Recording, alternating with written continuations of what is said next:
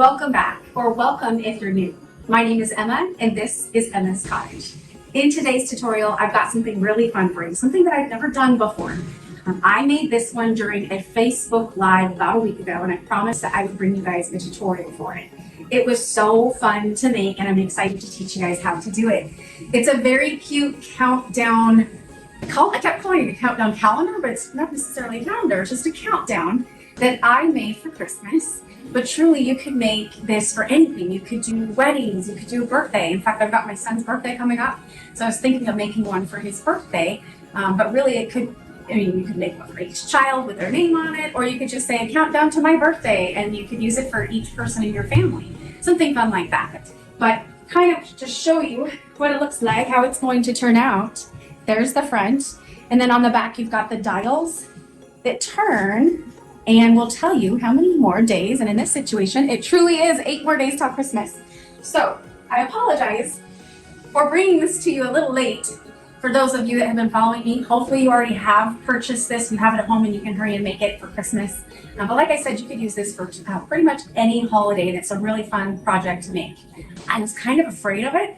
I thought that it was going to be too hard to do, but it actually is really easy and super excited to show you. So here are all the things that you're going to need to follow along with me in today's tutorial. So first and foremost, of course, you're going to need your substrate. In this case, it's this cute little cloth that I got from Pacific Northwest. I always forget, you guys. Pacific Northwest, PNW Sublimation blanks. PNW. I will make sure I put it right here in the video, and I will also have the link to this product in the description below. But it's a really awesome store here in the Pacific Northwest, and I like to support local small businesses, and it's so fun. So you've got the front piece here that's going to have the main image on it, and then it comes with all these additional pieces, and they're all going to fall apart as I show you. You've got the outer ring, you've got the 2 inner rings here that we're going to sublimate on with the numbers. You've got the middle ring, not sublimating on this one, it's just to kind of hold it in place and gluing it, and then the very back ring that's going to allow us to do the dials. The other thing I actually left it in my house, is the 2 little small, they're like little buttons that are going to help us turn it. So when we get to that part, I'll make sure I go with the buttons. So of course, you're going to need your substrate, right? And for those of you that are new, substrate is just basically something, a product that you can sublimate on. So in this case, it's this piece of wood with, I believe it's whiteboard on it, which is sublimatable. You can use shirts that have a high polyester count, things like that. But in this case, this is our substrate for today. The next thing that you need, of course, is going to be your sublimation image. So this is the image that I designed. I will have this available on my Etsy shop if you guys are interested in purchasing this design, if you want to make this. And then this one I don't have cut out yet. These are going to be the letters that are going to go onto the middle pieces that I still need to cut out. Sublimation. How did I do this? I printed this with a sublimation printer. Okay, next you're going to need some heat resistant tape. Make sure that you're not using regular tape or it's going to be a hot mess. I always use my heat gloves whenever I'm pulling a substrate off. Usually not like shirts because they're not too hot, but something like this, or especially like a slate, like this beautiful slate that I did last week. These get really, really hot. You're going to want to make sure that you've got some heat gloves to pick those up. Also for this project, this was cut out with a laser. And when that happens, you can kind of see, they get, like I would say, charcoal, like on the side. So I always like to wipe that off. And if any of your edges are just a little bit sharp, then make sure that you have some sandpaper to sand those down. But I haven't noticed any of my edges to be sharp, but I think it's just mainly because they're round. They're circular instead of square. Next thing that you're going to need, I always use parchment paper. You can use parchment paper or butcher paper, but this is my favorite that I use. This is going to protect my press. You can find this on my link tree. If you go and find Amazon, I think it's Emma's Favorite Things on Amazon, you'll find a link to this. This has lasted me forever. It comes with like 200 sheets, and they're already pre-cut, so you don't have to worry about it. Paper towels, that's going to help us wipe off the charcoal. This is like I keep calling it a wax. My husband's like, it's not a wax, it's a paste. But guess what I just saw? It's a paste wax, so we're both right. This is a wax that he uses out, or paste, that he uses out in his garage after he uses his tools. He goes through and cleans them off and keeps them nice and oiled so that they continue working forever. I found that this works really well and I put them on these inner circles so that they turn better. You can also use like a candle and just use the wax from the candle, so that works too. And I think last but not least, unless I'm forgetting anything, well, of course you need press. You're going to need something to press and have the heat that's going to activate the sublimation ink to your substrate.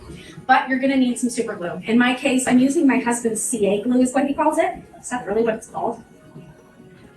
I don't think it's called CA glue, but I think it's CA glue. But the type is, let's see, Starbound Multipurpose Medium. I'll show you up close just in case. There you go. I stole this out of his garage and it worked really well for this project. This is like the instant activator. So this is like a super glue and it works really quickly. But if you spray this, it like makes it happen instantly. I will say though, that was kind of frustrating with this project because you have to be so precise when you're hooking it together. And I had a few that were like off by like 1/4 of an inch and it's driving me nuts. So for this project, I'm not going to use the quick activator. I'm just going to use the instant glue. Okay, for our first steps, like I said, this was cut with a laser. So it's got a little bit of charcoal on it. And I want to take that off because when you guys sublimate, you want to make sure that their surface is completely clean. And if I get this on my fingers and then touch the surface, then there's chances that that would be permanently on my image, and I don't want that to happen. So there's a good example of what I'm cleaning off there. So just quickly cleaning it off. And the instructions that come with this when you purchase from this seller, they will email you the template so that you can kind of create whatever design you want on there and you know what the shape and size is supposed to be. And then they're going to email you the instructions on how to put it together. The instructions said, wipe this off and sand it if needed. But like I said, I feel like I don't need to sand it because it is circular. I'm guessing that if it was square and had more curves to it, angles to it, then maybe you would want to sand it because maybe it would be pokey. But I have not seen any flaws with my cuts. And I think I bought like 10 of these, 10, 12. So out of all of them, I have no problems.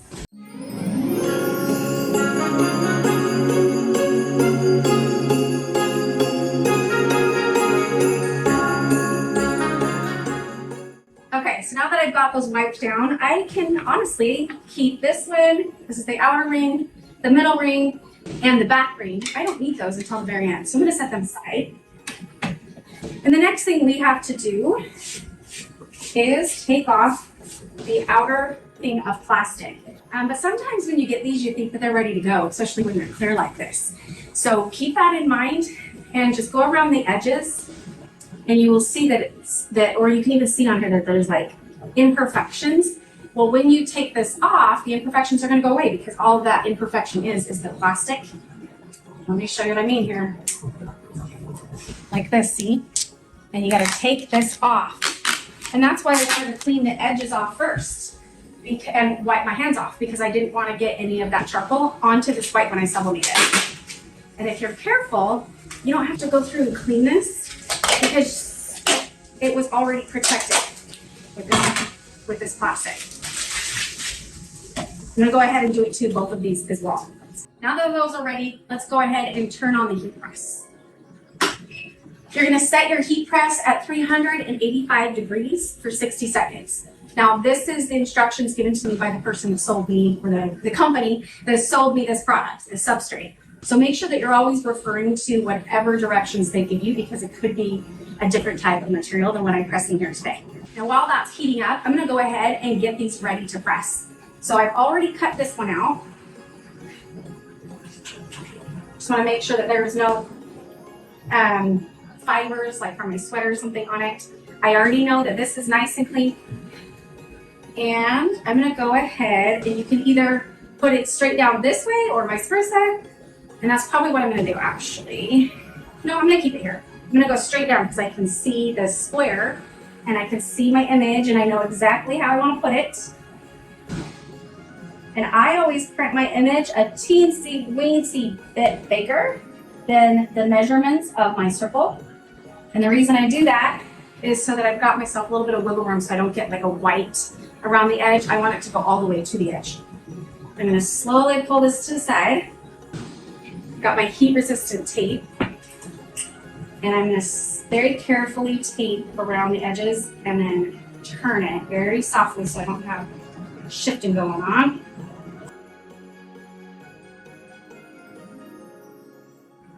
And I honestly think with this one, 4 pieces is enough. You see how I've got that taped.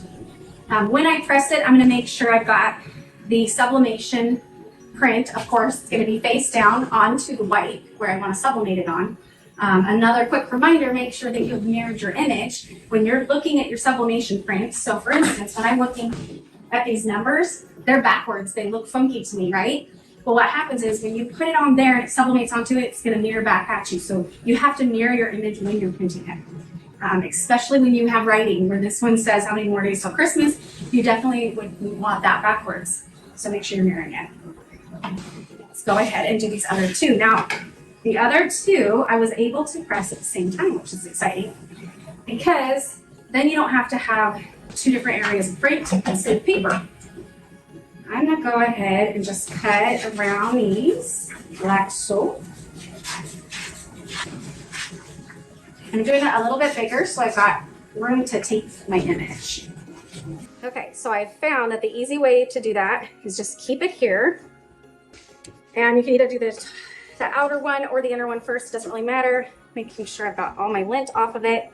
And I'm going to try and do my best to line up those outer numbers like so. And I can kind of see how far those ones are apart. Just saw a little bit of lint there. And then same thing, I'm going to go ahead and lay this inner one down. And then I take the outer one off again, just to see how it looks spaced. And I can tell that it looks closer to this one than that 6. So I'm just going to shift it just a teensy-weensy bit because I had my, when I created this design, I had it perfect when I did my measurements. And I want to make sure that it's lined up that way. So right about there, I would say, I think we're pretty close. Then what I did is I'm going to go ahead and just start taping. I'm going to tape these 2 rings together so that they won't shift when I move them. Like I said, you could absolutely press this twice, do 1 for the outer ring, 1 for the inner ring if you wanted it to be absolutely perfect. But I've done I think I've already done 8 of these because I was giving them away as gifts. And they turned out perfect with me pressing them both at one time. So I'm not too concerned about it.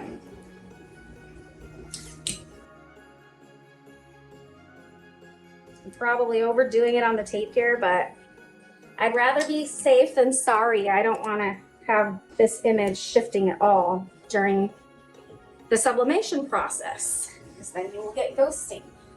All right, so we've got them both taped. We're up to temperature, which was at 385 for 60 seconds. We are ready to press. We're going to press each of these one at a time. That's all that's going to fit in my press. I like to put down my parchment paper. We discussed in the beginning. You find this on Amazon. Favorite products of all time. I use it with all of my sublimation.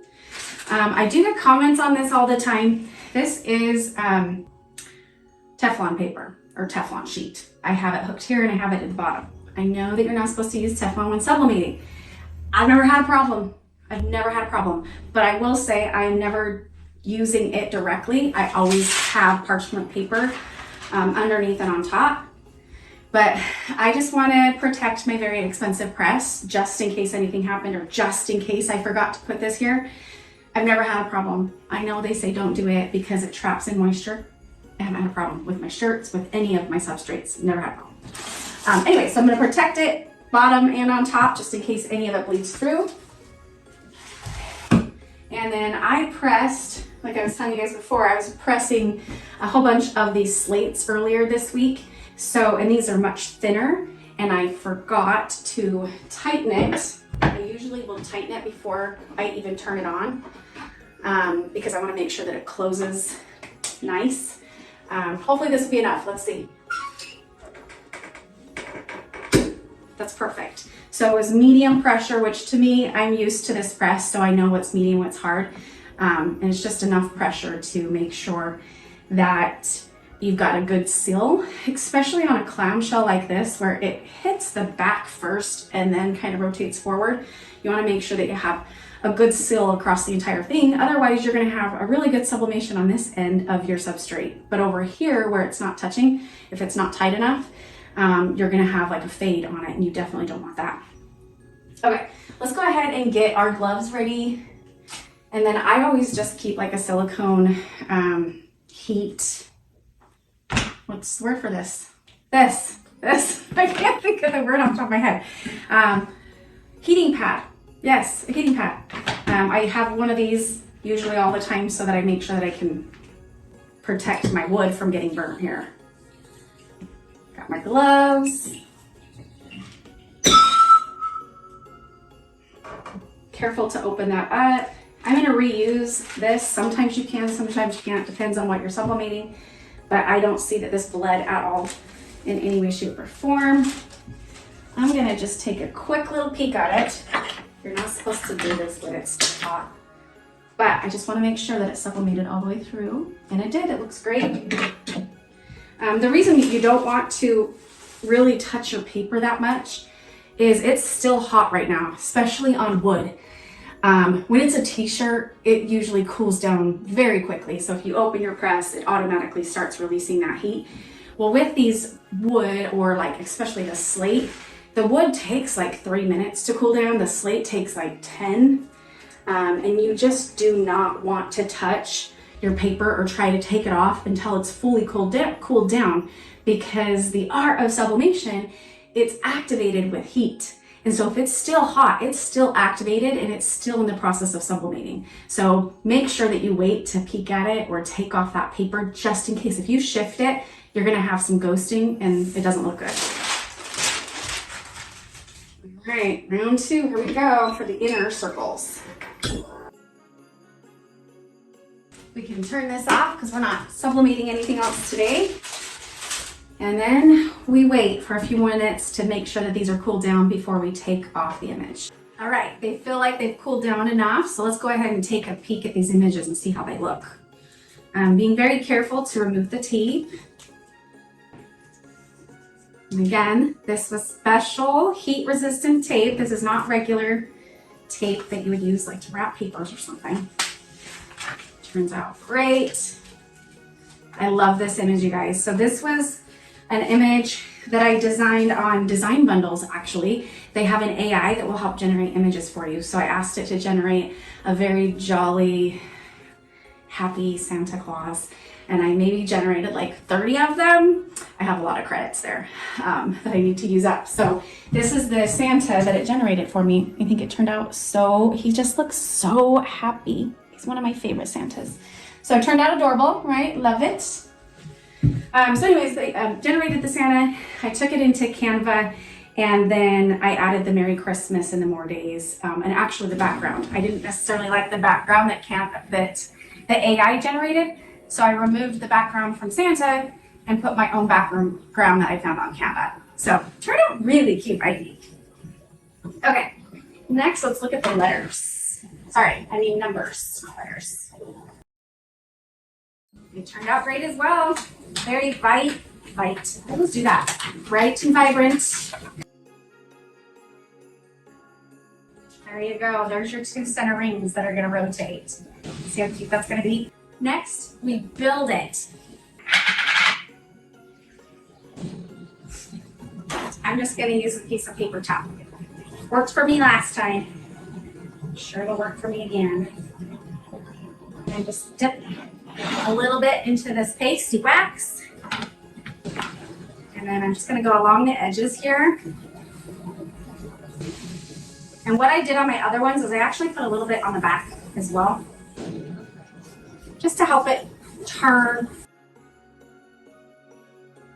These 2 circles, they will not have any glue on them. We're not going to super glue these at all. We want them to be able to turn. Nice and smooth. That's good. That's good as me. All right, I'm gonna go ahead and turn the angle so that you guys can see me build this thing and see how easy it is to build. So you're gonna start with the main image, the main piece. You're gonna put it just like this. Then you're gonna get your outer ring. And that's going to be the first thing you put on. You don't need to do any measurements, anything like that. It's super easy. And this outer ring, you're going to actually glue both sides. So it doesn't matter if you glue it this way or this way. It truly does not matter. What I found easiest is I just went around the edges, and I'm going to be shaky. I haven't eaten for a few hours, so don't judge. It's not going to be a straight line. I'm just going to go all the way around. I'm sure like regular super glue would work. This is just what we had on hand. So this is what I'm using. I'm just going to go ahead and put it straight down. And then just make sure it's lined up on all the sides. It's pretty good to me. You can see some of it leaked through, and I don't want that to touch my outer ring. So that's where I'm going to get some paper towels and just very lightly try and wipe some of that off so that when I put those pieces on, it doesn't stick.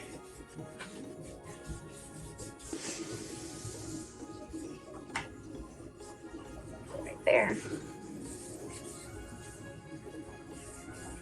This is really important to do, you guys, because if they stick, they're stuck. Like you would have to really pry them apart at this point if you accidentally messed up.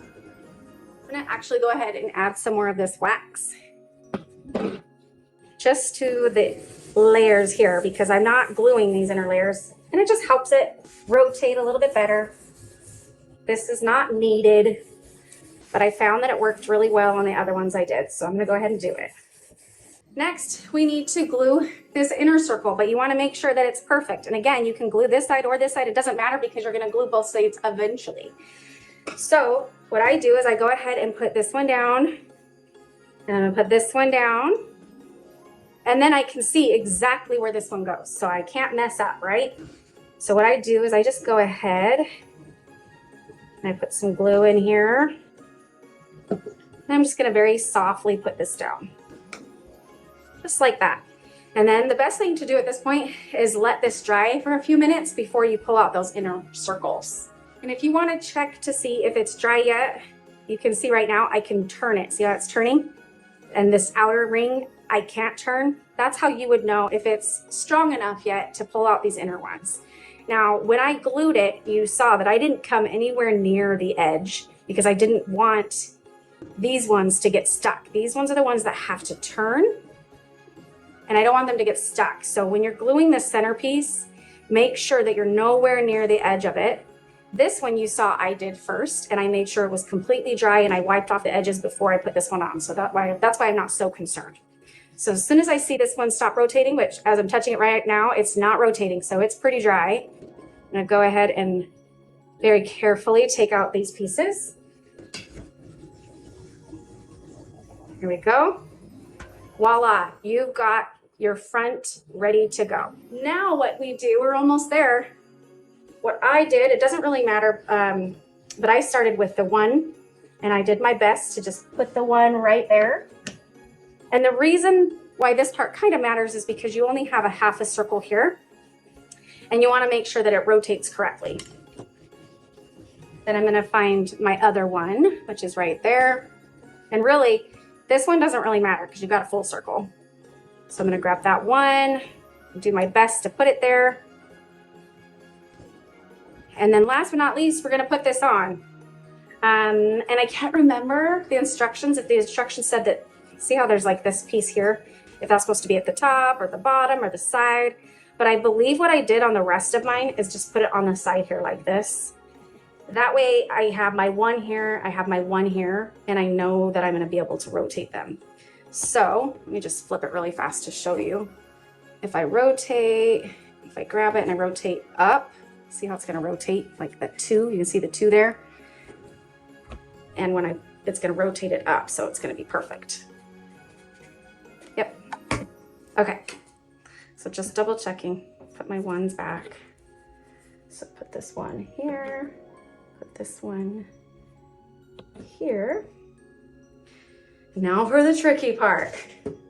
So I'm gonna go ahead and do the outside first, and I wanna make sure I'm just lightly doing a very thin layer because you do not want this piece to stick to this inner piece here. So if you had too much at this point, then it may bleed into your numbers, and then your numbers won't turn and you'll be so sad. So be very careful not to put, oh, see, that may have been too much and I may have to wipe that off. Okay, and then the center piece, same thing. We don't want it too close to the edge. I'm giving enough there that it's not gonna be too close.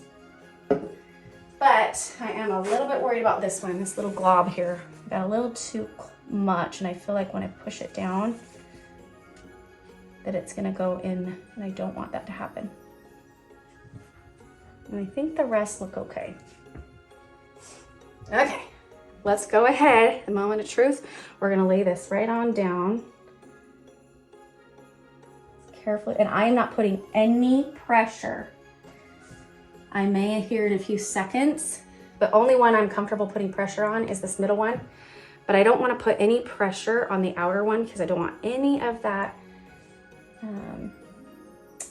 glue to leak onto the numbers. So just very lightly putting little bit of pressure here, you guys.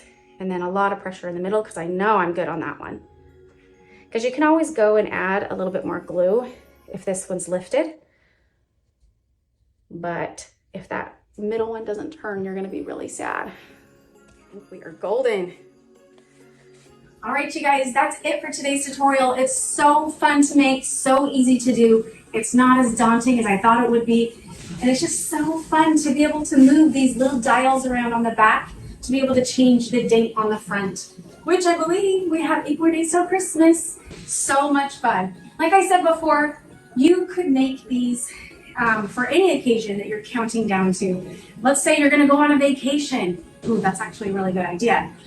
Put maybe the picture of the vacation, sublimate a picture of maybe if it's a beach or if it's a cruise or if it's a Disney something, and you're maybe giving that vacation away as a gift. This could be a really fun way to announce that vacation to your loved one that you're giving it to. You know, this many more days until our vacation, this many more days until your birthday. It's just such an awesome and fun little craft that you can do on your own. And if you guys are interested in this image and the cute little numbers, go ahead and go to my Etsy page and you'll be able to, I sell this image for this project. If you're interested in this substrate, I will make sure that I have the link to the shop below so that you can go ahead and purchase it so that you can create this fun calendar yourself. I hope you guys enjoyed your time with me today. I hope that you try something like this, and if you do, please make sure that you join our group on Facebook, which is EmmasCottageWA. There's a whole bunch of us that like to post all of our do-it-yourself tutorials, share our ideas. If you guys are stumped on something that you don't know how to do, there's a lot of group support. We help each other out. I hope you guys liked this tutorial. If you guys did, go ahead and give me a thumbs up so that I know that I'm heading in the direction of the type of tutorials that you guys like to see. As always, you guys, thank you so much for watching. I appreciate each and every one of you. Don't forget to ring that bell so that you will get notified every time I upload a new video. Until next time, we'll see you later, friends. Bye.